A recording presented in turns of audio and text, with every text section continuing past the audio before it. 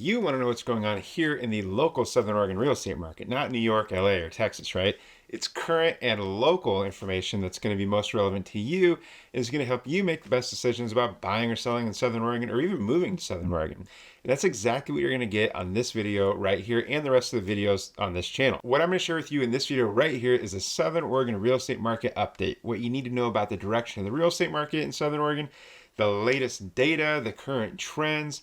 All of that is going to be included in this video as I provide you with a thorough update on the Southern Oregon real estate market.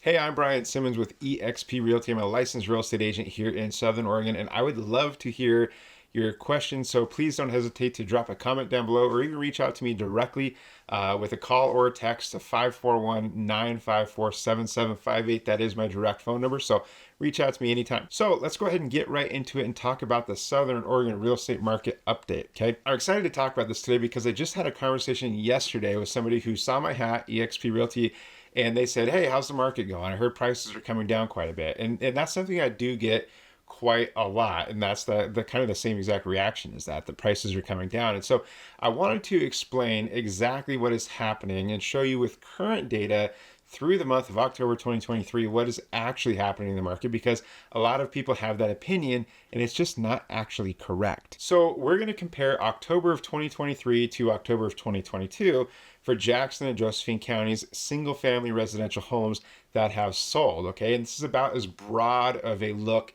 at the real estate market as we can get. So if we're looking at 2022, mortgage rates were 7%, and in 2023 they're about 7 3/4, up about 0.75%.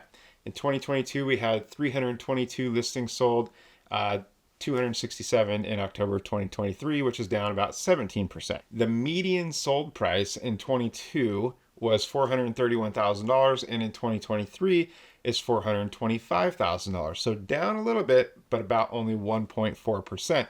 And then the sales to list price ratio went from 97.9 in 2022 to 98.2 in 2023. Okay, so up a little bit, marginally, not a lot, but up a little bit.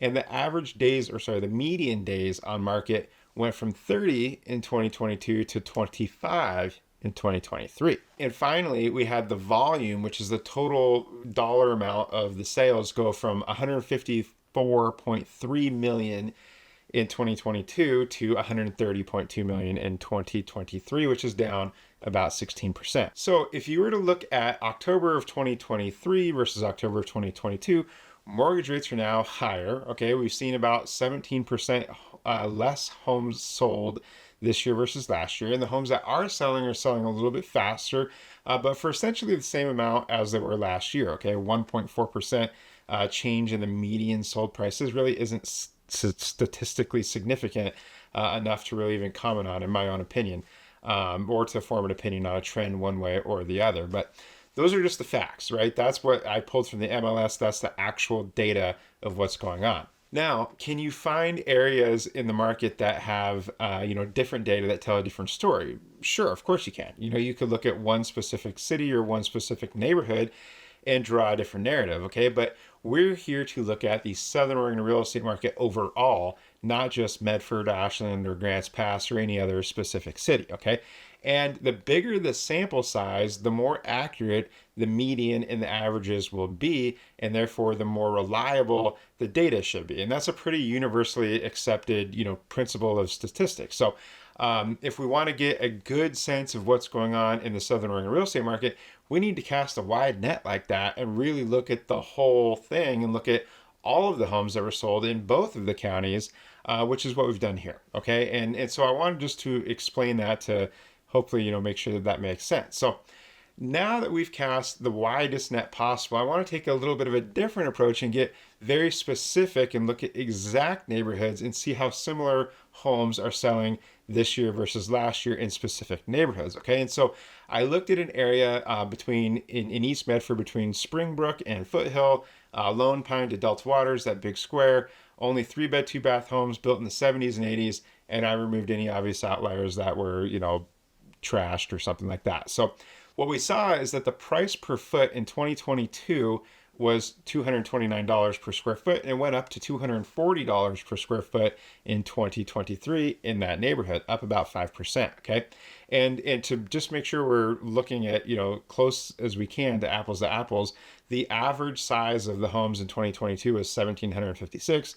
The average size in 23 was 1,771. So very, very similar in terms of our sample size here. The days on market in 22 was 35, and in 23 was only 10. Okay, the number of sales in 22 was 7, and in 23 it was 3. So what we saw was less sales in 2023, faster sales in 2023, and they did go for a little bit more money, about 5%, if you're looking at the average of those homes that fit that sample size. So that does tell a pretty different story than what we just talked about with the overall data. And that's just looking at, again, one specific neighborhood in East Medford. So just to make sure that that wasn't just an anomaly, I did the same thing for another area over in Grants Pass, looking at the Redwood Avenue area. And what I found there is that in 2022, the average sold price per foot was $261, and in 2023 it went up to $276. Okay, so up 6% in that neighborhood. And again, looking at the size differences,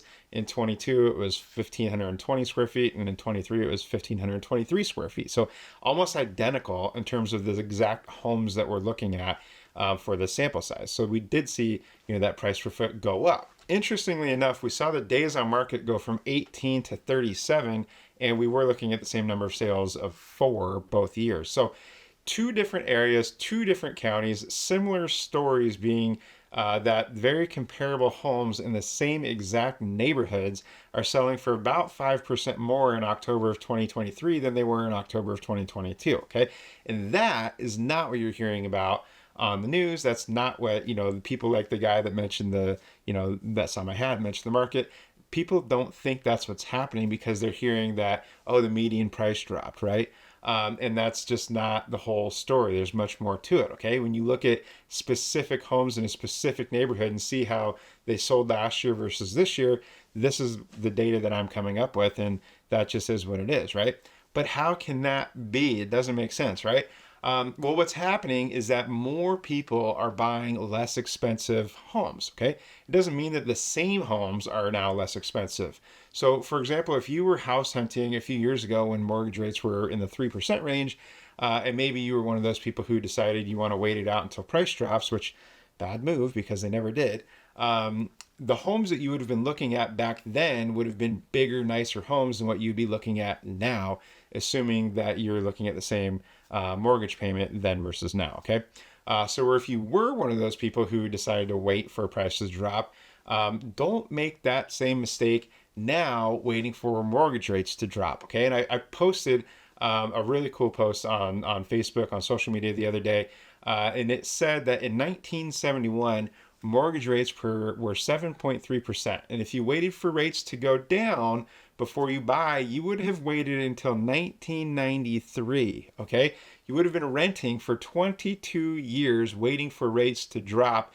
Meanwhile, real estate values quadrupled, okay? So don't wait to buy real estate and wait. And I think that's a great example of something I've said a lot, many times, which is that the most surefire way to lose in real estate is to not be in it, okay? So now I want to tell you about what is going on here in the local Southern Oregon real estate market with the data for this last week, okay? And if we're looking at Jackson and Josephine counties of Southern Oregon, single-family residential homes, we had 1,070 on the market as of this morning, November 15th.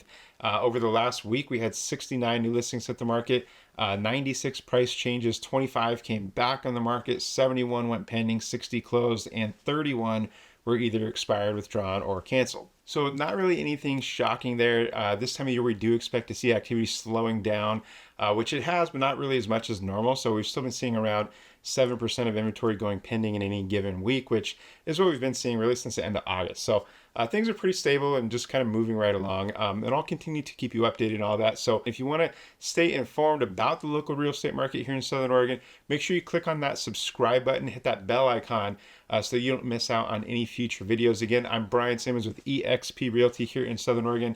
And I would love to help you. I'd love to hear from you. So if there's anything I can do to help you learn, buy, or list real estate here in Southern Oregon, please don't hesitate to reach out. Give me a call or a text at 541-954-7758. That's my direct number.